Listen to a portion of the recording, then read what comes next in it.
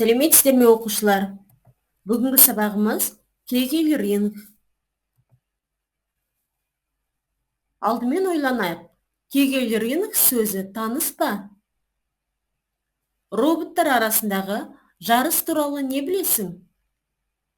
Бүгінгі сабақта үйренетініміз кегел ринг туралы түсінік, жарыс ережесі. Біз жарыстың алуан түрі болатынын білеміз.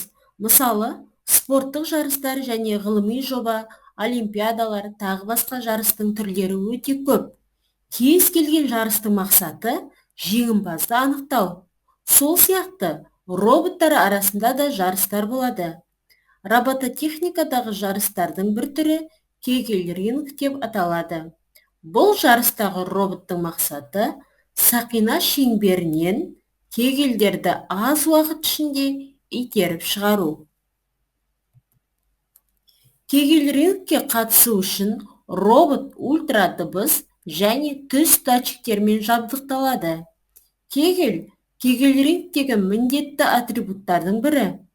Кегелге салмағы аз, көлемі шағын, белгілі бір заттарды қолдануға болады. Мысалы, шырынан босаған қаңылтыр ыдыстар, боулинг ойынында пайдаланатын ойыншықтар, легодан құрастырылған бағандар, тағы басқа.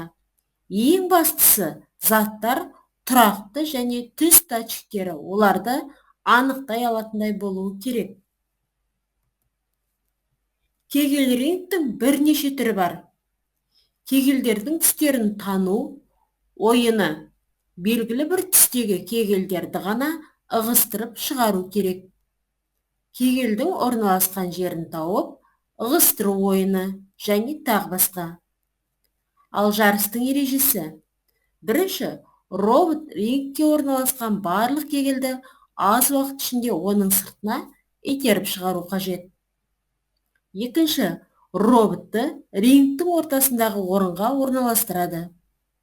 Үшінші, рингтің шекара сызығынан 12-15 см қашықтықта 8 кегел қойылады. Төртінші, робот кегелді қара сызықтың сыртына шығарып тастаса, төреші кегелді итерілді деп есептеп рингтен шығарады.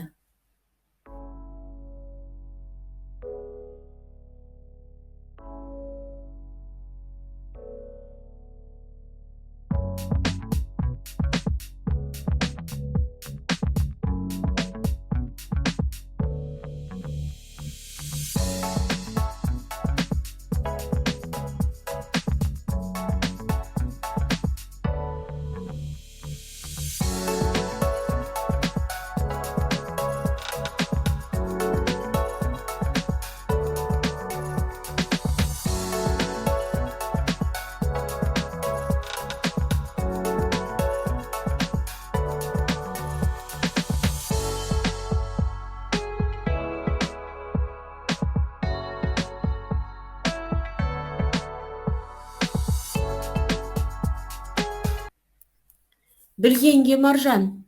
Кегел ринг жарысы 2 кезеңнен тұрады. Барлық қатысушы бірінші айналымға қатысады.